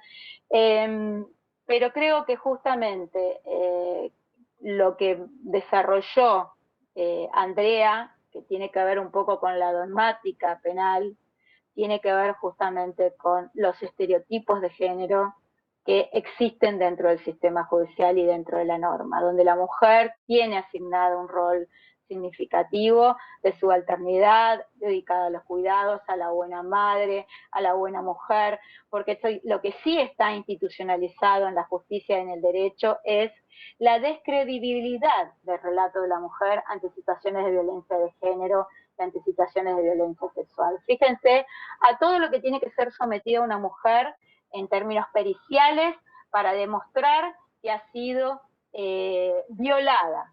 Imagínense en el marco de un matrimonio, de una pareja. O sea, esto que tiene que estar sometida a pericia psicológica, siempre la víctima, en los casos de violencia sexual, de violencia de género, siempre la víctima es la que tiene que estar sosteniendo permanentemente su relato y mostrando con el cuerpo y ser sometida muchas veces a vejaciones en su cuerpo para las revisaciones, bueno, todo lo que hay alrededor de eso, que tiene que ver con tocamientos, con fotos, con toda una serie de construcción que hay para justamente la evidencia de la prueba acompañe al relato y al testimonio de la mujer. Entonces, lo que sí está institucionalizado en el derecho, que creo que en eso hemos avanzado bastante gracias al movimiento social feminista, que ha puesto sobre la mesa la cuestión de la perspectiva de género y los derechos de la mujer, creo que todavía existe dentro de la justicia institucionalizadamente la falta de fiabilidad en el testimonio de la mujer como testigo, ¿no? En estos casos de delitos de integridad sexual.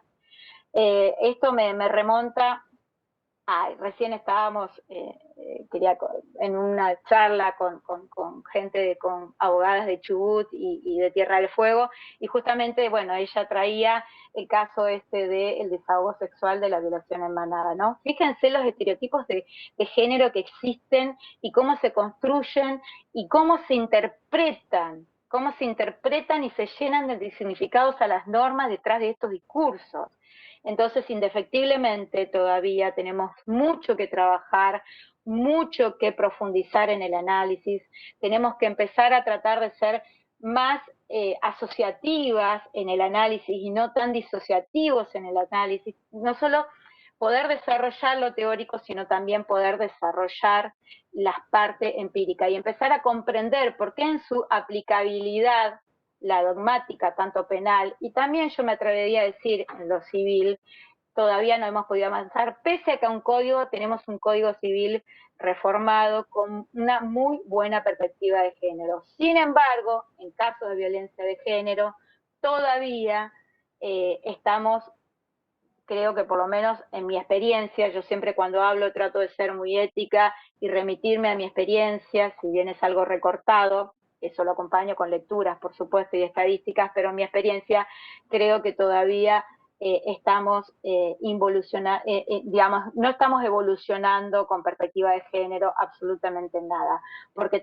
seguimos teniendo los casos de femicidio, y ustedes saben que un caso de femicidio, o sea, cuando un caso llega al sistema penal, es porque ya ha atravesado un aspecto civil, y ahí no se pudo contemplar, no se fue eficaz, no se tuvieron las herramientas necesarias, no se tuvo la perspectiva de género necesaria, ni la mirada interdisciplinaria para poder destrabar y desentramar ese conflicto de violencia de género.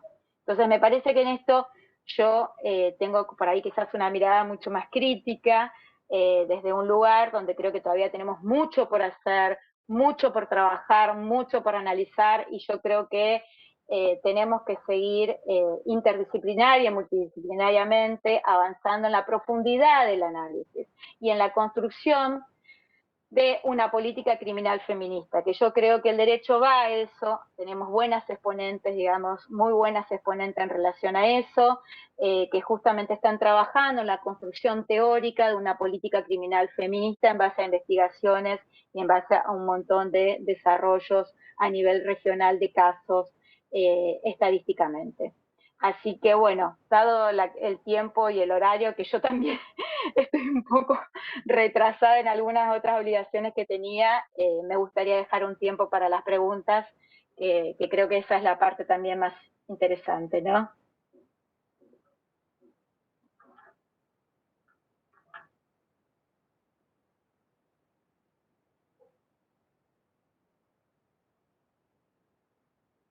Bien, buenísimo. Un placer haberte escuchado, Mila. Un placer haber escuchado a las tres, en realidad. La verdad que ha sido un placer. Si les parece, les invito a que se desmuteen y podamos empezar con un poquito de algunas preguntas y algunos interrogantes que por ahí pudieron ir apareciendo a lo largo de la charla que se fue dando. Si les parece, yo puedo compartir. Hay dos preguntas puestas en el chat. Si quienes las formularon quieren hacerlas, digamos, verbalmente, pueden desmutearse y plantearlas directamente. Si les parece, es una invitación. Si no, las leo yo, no hay problema. Hay una que sí, que hice yo, que tiene que ver con lo que vos fuiste comentando, Paula, acerca de que no puede haber protección a la víctima sin digamos, prevención, y que ese par de prevención, protección y sanción de alguna manera tienen relación, ese tipo de más que un par. ¿Y qué relación podés establecer entre eso, entre esa mirada integral de la protección y reparación en las víctimas de violencia de género, con este debate que también comentó Andrea sobre que se está yendo hacia una mirada más antipunitivista de estos delitos, ¿no? No sé si se entendió. Sí. A ver, sí, por acá. en este sentido voy a coincidir con lo que trajeron tanto Andrea como Mila, y por ahí Mila lo planteó en términos más radicales cuando dijo que su mirada era crítica, pero ciertamente estamos a mitad de camino, ¿no? O sea, cuando medimos las políticas públicas que constituirían la institucionalidad de género conforme el deber de debida diligencia, nos vamos a encontrar con estos vacíos, con estos silencios, con estas contradicciones, en definitiva, con falta de soluciones concretas. Concretamente, respecto de este deber escalonado que arrancaría en el deber de, porque es un deber que marca deberes, ¿no? La debida diligencia es un gran deber que marca deberes escalonados o sucesivos, ¿no? Bueno, la prevención, si falla la prevención, bueno, entonces el juicio que implica la necesaria producción de normas, la investigación y el arribo a una sentencia adecuada al hecho, y finalmente una sanción que sea lo suficientemente reparadora. ¿Con qué nos encontramos? Bueno, en materia de prevención y su relación, como vos lo planteabas en la pregunta escrita recién, la relación directa que debería haber con la reparación, y es una deuda del sistema, claramente. O sea, hay algunos inicios de solución. Por ejemplo, la ley Brisa. Seguramente ustedes habrán escuchado hablar de la ley Brisa. Va dirigida directamente a quienes hayan perdido, menores de 21 años, que hayan perdido a sus madres o a sus cuidadoras como consecuencia de un femicidio, ¿sí? Y la percepción es inmediata. De hecho, suponiendo que el agresor finalmente sea absuelto, se deja de cobrar, se deja de percibir. Pero mientras tanto, durante el transcurso del proceso, esa niña, ese niño, ese adolescente o esa persona incapaz, esa persona con discapacidad, perdón, mayor de 21 años, va a contar con esa ayuda. Ahora, respecto de mecanismos de autovalidez, y es equivalente a una jubilación mínima y se va actualizando. Ahora, respecto de mecanismos concretos de autovalidación para las denunciantes, no necesariamente víctimas, para las denunciantes, porque estamos hablando del momento de prevención, cuando la mujer puede salir, supongamos que pueda salir del círculo de la violencia y pueda autopercibir lo que está viviendo y se anime a denunciar, encontrar la contención es una deuda todavía. Eso está pendiente. No, yo en esto participo de la visión crítica que señalaba Mila. De hecho, bueno, está Ofelia Garrido, que durante años ha integrado el seminario de género, ha sido docente del seminario de género, y la acabo de ver a Luciana también Fernández por ahí, que cursó con nosotras los dos seminarios. Estas eran cuestiones sobre las que se volvía muchísimo. Yo recuerdo que Luciana ha trabajado incluso en el seminario de grado sobre la cuestión de la autovalidación de las mujeres. Y tuvimos un grupo de alumnos y alumnas, de lo más interesante, hicieron una propuesta, llevaron un proyecto de ordenanza al Consejo Deliberante que incluía una reducción de tasas municipales para aquellos comerciantes, empleadores que emplearan a mujeres víctimas de violencia de género. Y bueno, se los entrevistó, hubo algo de publicidad y parecía que avanzaba, y finalmente se trabó. En definitiva, la concreción está faltando. Y había algo más. Respecto de la relación con el neofeminismo. No sé si querés contestar vos, Andreita, que habías iniciado o... No, que en realidad es la relación entre género y derecho penal es bastante difícil, y hay una discusión muy interesante y profunda al interior de los feminismos que tiene que ver con el derecho penal como recurso, ¿no? Es decir, el recurso al derecho penal para la solución concreta de ciertas situaciones de violencia de género. Porque lo cierto es que el sistema del derecho penal entrampa mucho en cuanto a solución, ¿no? La respuesta punitiva no siempre es la más favorable, ni en términos de prevención, ni en términos de reparación. Primero porque la respuesta punitiva siempre viene en términos de responsabilidad individual, y eso a veces diluye ¿no? Que esto se trata de un problema estructural, ¿no? Que se produce en un contexto mucho mayor. El recorte que hace el sistema penal es un recorte que muchas veces no permite ver en toda su extensión cuál es la problemática, y sobre todo porque la mayoría, a ver, esto un poco también se anticipó Mila, el problema es ver el problema de la violencia de género en términos del paradigma securitario, ¿no? El paradigma de la seguridad. Y en realidad tiene que haber otras políticas criminales con otros paradigmas donde realmente se piense un proceso penal que efectivamente pueda dar respuesta a las demandas de género. Sobre todo porque muchas veces se lanza, ¿no? Primero, cuando el derecho penal llega tarde, porque llega después. En segundo lugar, porque además, como decía, a ver, el recorte que hacen los delitos es un recorte muy parcializado respecto de las situaciones de violencia. Y después en esto también hay una deuda que se lanza, ¿no?, a la denunciante, ¿no? O sea, en este caso a la víctima del sistema penal, porque sería la única que tiene acceso, porque para ingresar al sistema penal ya hablamos de un delito que se cometió, si el derecho penal como sistema no previene, se la lanza, o sea, un sistema que no está previsto para una intervención procesal ni con mecanismos. Entonces, bueno, la respuesta deja bastante que desear en todos los casos, más allá de algunas situaciones que tienen que ver con, ¿no?, la organización concreta, pero en realidad sí hay una discusión y una corriente bastante fuerte, bueno, en descorrer algunos temas del derecho penal y entender que las respuestas que se exigen desde los mecanismos internacionales pasan también mucho por la prevención y por la reparación, más allá de la sanción. Y obviamente no confundir, a ver, la respuesta de una intervención eficaz por parte del sistema de justicia penal, bueno, con todo lo que el término implica, con una demanda puramente punitiva, ¿no? Es decir, el tema es bastante complejo y está bastante debatido. Daría para una charla aparte,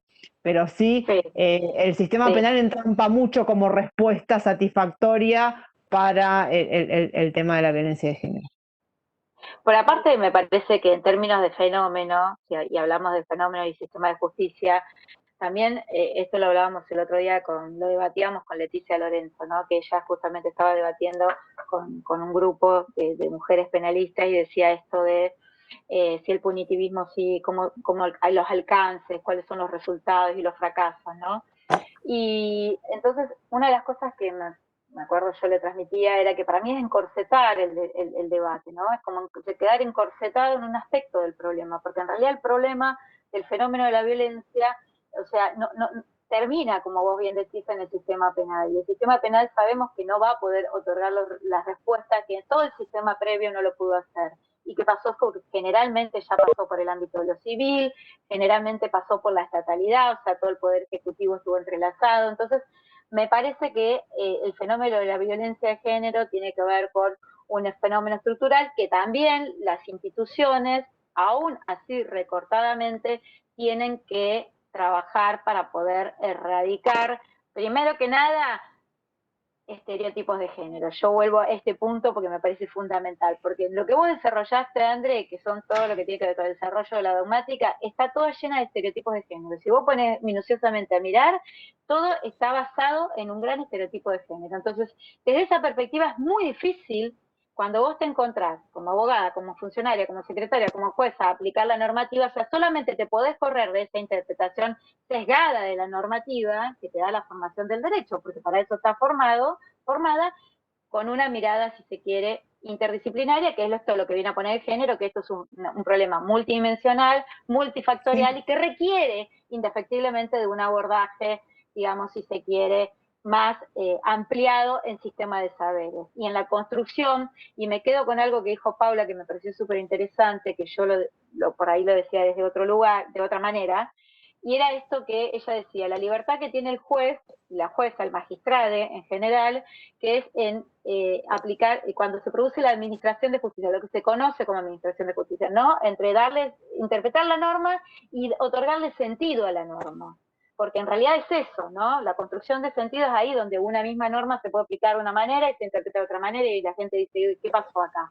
Bueno, tiene que ver con esto. Como un fallo de casación, vamos a tomar un caso nuestro, local, que nos enseña mucho de esto justamente, el no hacer y el hacer, adecuadamente es el fallo de casación del caso de Lucía Pérez, como justamente, digamos, de alguna manera desnuda, digamos, sobre qué estaba basado el fallo de primera instancia en estereotipos de género, y que absolutamente eso no tenía que ver absolutamente con nada, sino que eran prejuicios y que tenían que ver con un problema cultural de ideología masculinizante. Si bien lo dicen estos términos, lo termina de alguna manera diciendo, pero bastante crítico el fallo de casación, ¿no? En ese sentido, digo crítico porque después fue adecuado. Pero me parece que acá yo quiero incorporar una figura que no, si bien no estuvo en ninguna de las charlas, y no sé si es parte, pero que es el de la víctima, ¿no? A veces yo siempre digo, ¿quién controla a los jueces? ¿Quién controla el funcionamiento de las jueces y los jueces? Porque de los políticos, de los presidentes, bueno, hay un control social, sí, se ejerce a través de la votación, a través de los diputados, y bueno, y sí, a través del Poder Legislativo, se los vota, no se los vota, cada 4 años se los castigan, cada 2 años. Y a los jueces y a las juezas, ¿quién se hace cargo de la vida de Cristina Vázquez? ¿Quién se hace cargo de la vida de Cristina Vázquez por el mal funcionamiento del sistema judicial? Entonces me parece que cuando podemos incorporar la interpelación de las víctimas, y cuando hablo de la interpelación de la víctima también lo hago en forma simbólica, como el caso de Cristina Vázquez, porque ya no está, me parece que incorporar esa interpelación tan fuerte, tan profunda, ¿no? Me parece que nos permite corrernos de ciertas rigideces que nos dan la construcción de conceptos, ¿no? Este andamiaje teórico que es tan fuerte al momento de poder ser críticas y autocríticos en la aplicabilidad cuando hablamos de derecho, ¿no? Entonces, ahí yo creo que tenemos que darnos un análisis en profundidad, y que no solamente tiene que ser ni de una ni de otra disciplina, tiene que ser interdisciplinario.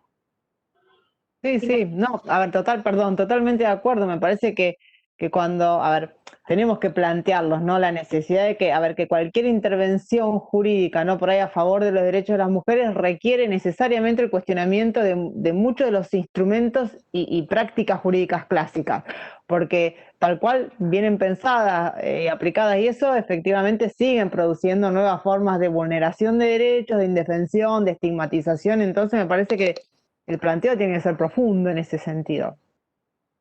Hay mucho para trabajar.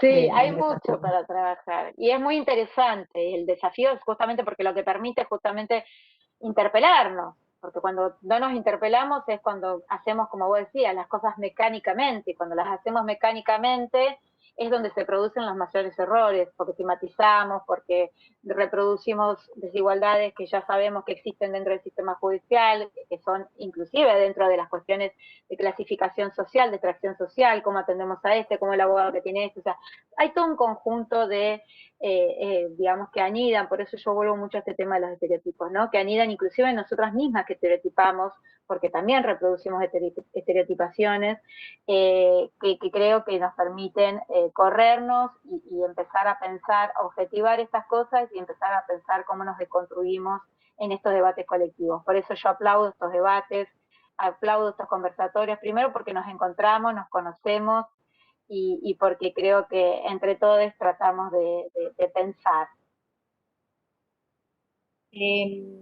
¿Puedo agregar una cosita en relación a esto último que señalaba, que volvía Mila hablando de los estereotipos? Yo veo mucha dificultad. Posiblemente la cuestión de los estereotipos es una de las primeras que debatimos y advertimos cuando nos acercamos a la perspectiva de género.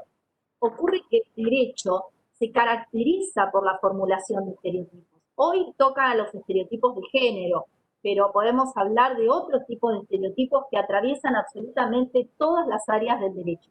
Quizá las tres que estamos en este momento trabajamos mucho en el ámbito del derecho penal, entonces nos vienen otros estereotipos a la cabeza, ¿no? Pensemos en la definición de delincuente, el concepto de delito, pero hay estereotipos con carga emotiva positiva y con carga emotiva negativa. Lo tenemos mucho con carga emotiva favorable, el buen padre de familia.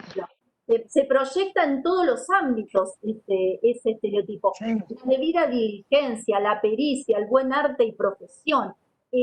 está, la idea Claro. de estereotipos, insisto, no solo de género, está implícita en el lenguaje del derecho. Por eso esta idea de que el derecho es un discurso, es una práctica social discursiva, que aclaro, no es una cosa que se nos ocurrió a Andrea y a mí una tarde tomando unas cervezas, sino que forma parte de las teorías críticas o aproximaciones críticas a las teorías del derecho que cruzan diferentes disciplinas, diferentes campos teóricos y con las cuales los feminismos son más afines claramente que respecto de los saberes normáticos, ¿no? Eso por un lado. Entonces, me parece que estamos ante un grave, un problema que nos desafía mucho. Cómo desmontar estereotipos en un ámbito normativo que se caracteriza por convertir los estereotipos en normas, ¿sí? Porque toma esas formas de ser, de hacer, de pensar, lo que sería la conciencia colectiva en términos genianos, digamos, y los convierte en normas, ¿sí? O en el ámbito de la filosofía o de la moral, toma lo que sería la moral crítica y lo convierte. Crítica. Otra cosa que quería aclarar es que cuando hablamos de violencia de género, tengamos cuidado porque no todas las expresiones de violencia de género implican delitos. Delitos. Y socialmente se está instalando la idea de que todo acto de violencia es un delito, y la mayoría no. Por eso la mayoría son receptados en el ámbito del derecho de familia, en los tribunales especializados, toda una discusión aparte respecto de esta especialización, y solo algunas terminan en el ámbito del derecho penal.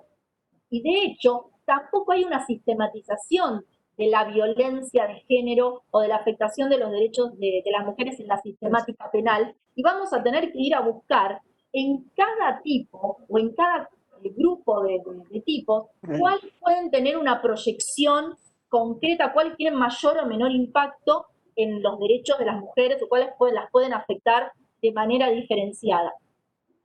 Y finalmente, respecto de la cuestión del avance hacia el punitivismo, de la retracción al respecto, hay otras experiencias normativas que nos demuestran que no es la mejor solución. Pienso, por ejemplo, en la política de drogas, ¿no? Que suele ser bastante aceptada. La ley 23737 ha demostrado su fracaso para la contención del problema de narcotráfico y de la propagación incluso de quienes piensan al problema como una cuestión de salud pública. De hecho, cuando se debatió la cuestión del femicidio, se lo pensó como que iba a venir a poner la gran solución al conflicto.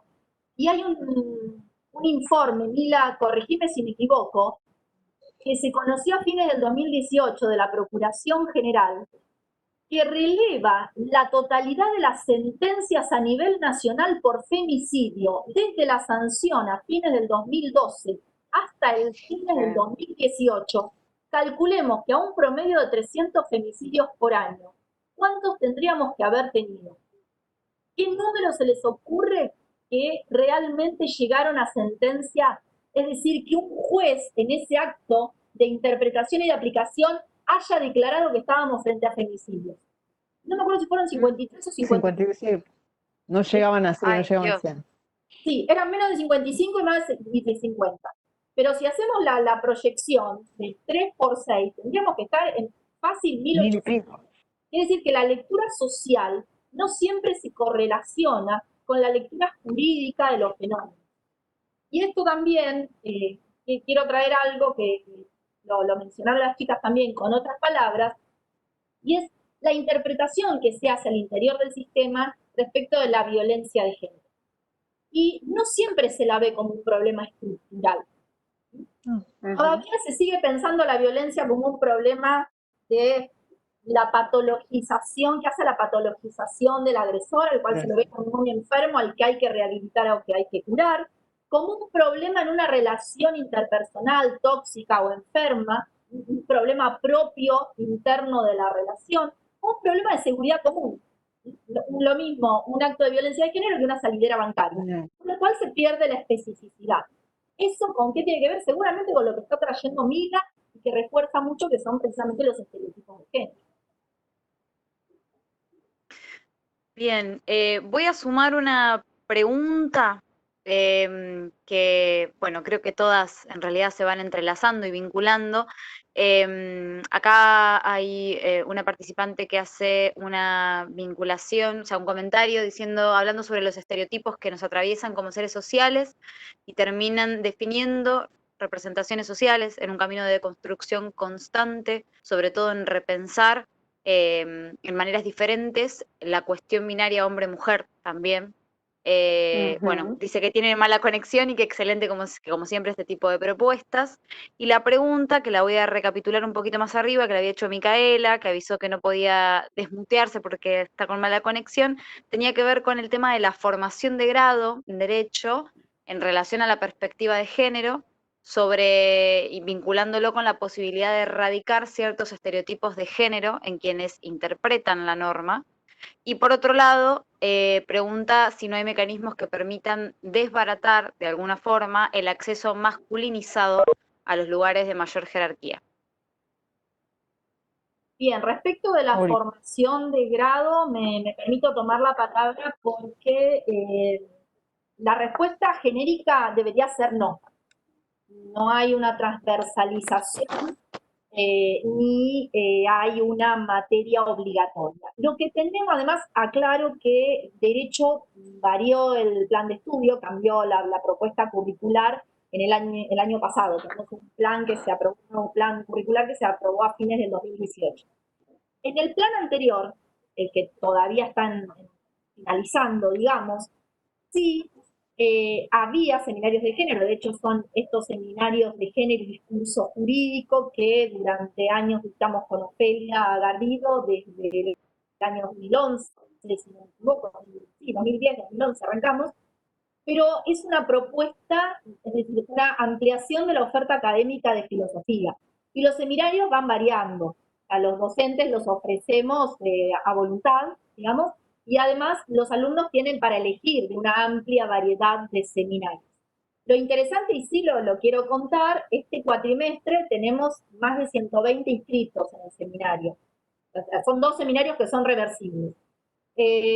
Son más o menos 60 inscritos por cada uno de los seminarios porque son correlativos. Si tenemos en cuenta que de Derecho egresa una media de 100 alumnos, de 100 estudiantes por año, hay mucho interés en la cuestión, porque piensen que el resto, es decir, los otros 40, se dividen en el resto de los seminarios que hay. Debe haber 5, 6, 7 seminarios más. De manera que ganamos lejos, así que bueno, estamos muy orgullosas de esa convocatoria y del interés que genera. Pero lo cierto es que en el plan curricular nuevo se han eliminado. Sí, nosotras también tenemos los contenidos en filosofía y en sociología, pero han sido a instancias de alguien que nombró hace unos minutos Mila, que es el profesor Mario Portela, que en este momento es profesor emérito y que durante muchos años se desempeñó como titular de Filosofía del Derecho, y ya en el año 1999 él en el programa de filosofía había incluido el tema. Ahora hay algunos tratamientos en la materia de derechos humanos, algo en familia, pero no hay una cátedra de género, como hay en otras universidades en el mundo. Ni tampoco está transversalizado sistemáticamente, si bien esa es la intención.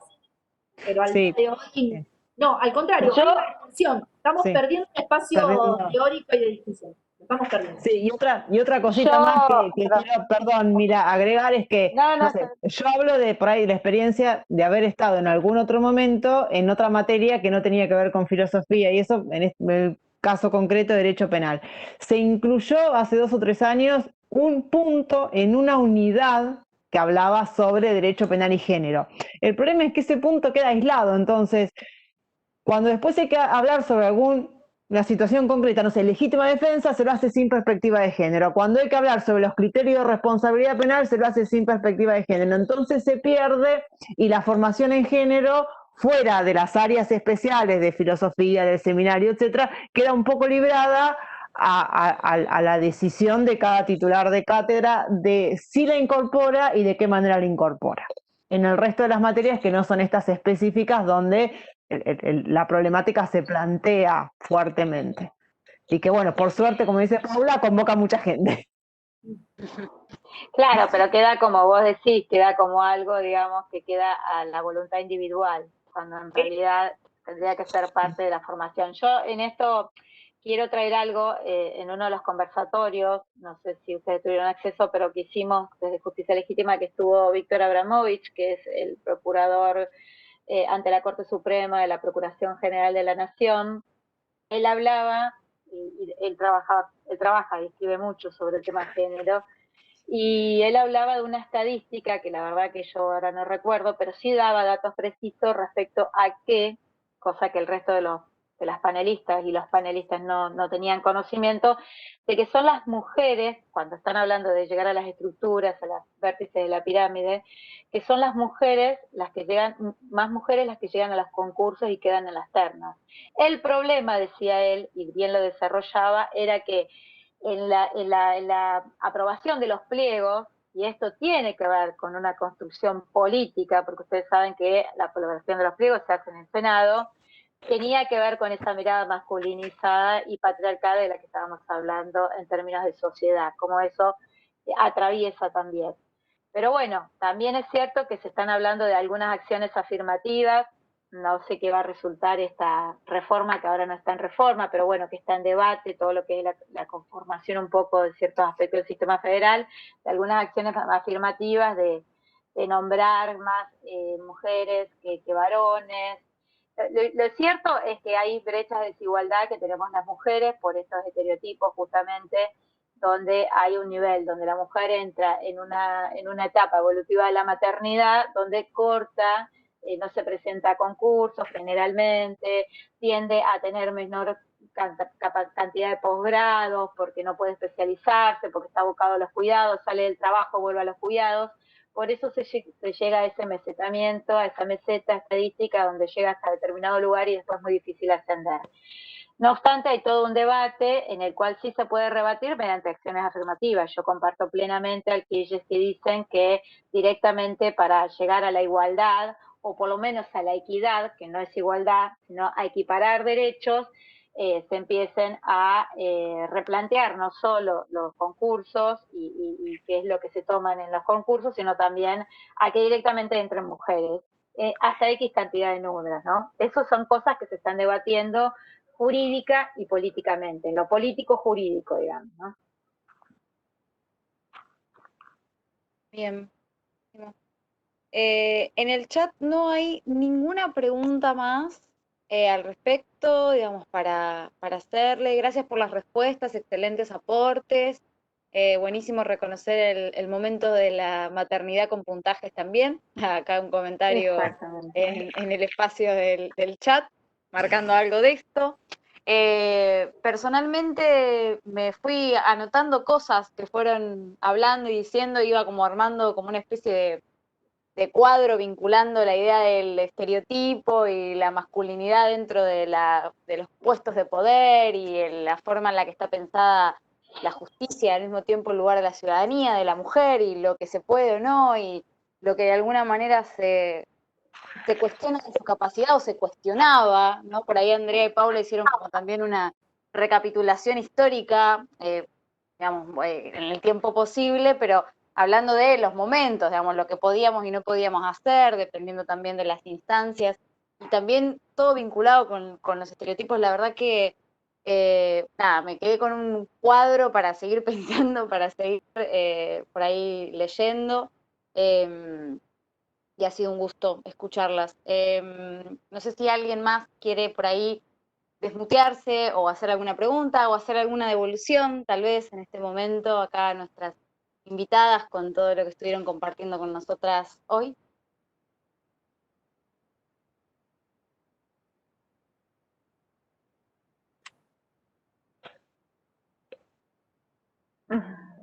Vamos para la picadita ya. Sí, ya está, la gente se cansa. Vamos para la picadita. Bueno. La próxima vez, chicas, como se acuerdan de ese conversatorio que estaba Dorita, que después lo dije yo en un conversatorio, ella se mataba de risa, la cervecita y la picadita. Dora Barranco en un conversatorio divina, rompiendo toda la estructura, estaba ella con la cervecita y la picadita mientras hablaba, divina. Estamos más para eso. Para el aplauso, un aplauso. Por supuesto, un aplauso.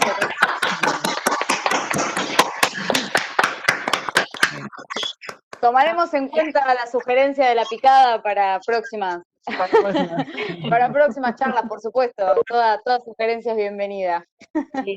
Conclusión del conversatorio, falta la picada. Sí. Bueno, chicas, muchísimas gracias. Gracias a la Facultad de Psicología por preocuparse por estos temas, en serio. Es importante estas miradas. Bueno, muchísimas gracias a ustedes. Y bueno, ojalá que podamos volver a encontrarnos porque como le pasó a Florencia, quedan un montón ustedes hacen un abanico muy grande de todos los obstáculos y los puntos para seguir debatiendo, así que bueno, será para otra oportunidad, para retomar en alguna otra oportunidad. Y bueno, muchísimas gracias. No, por favor. La próxima vez me ponen antes de ese dúo que es explosivo y que se desarrolla. Ellos dicen, bueno, nosotros vamos a hablar poquito, me dice Paula, se desarrollan todo. Siempre es aburrido. Frente a un saber dogmático, el derecho pierde siempre. Mira, bueno, la psicología cuando voy a mi terapeuta voy a ir con culpa y voy a ver qué dice. Muchas gracias. Bueno, chicos, muchas gracias. Y por haber discutido con confianza nuevamente. Muchas gracias. Sí. Gracias a ustedes. Me sumo al agradecimiento de las chicas y bueno, y espero que esto sea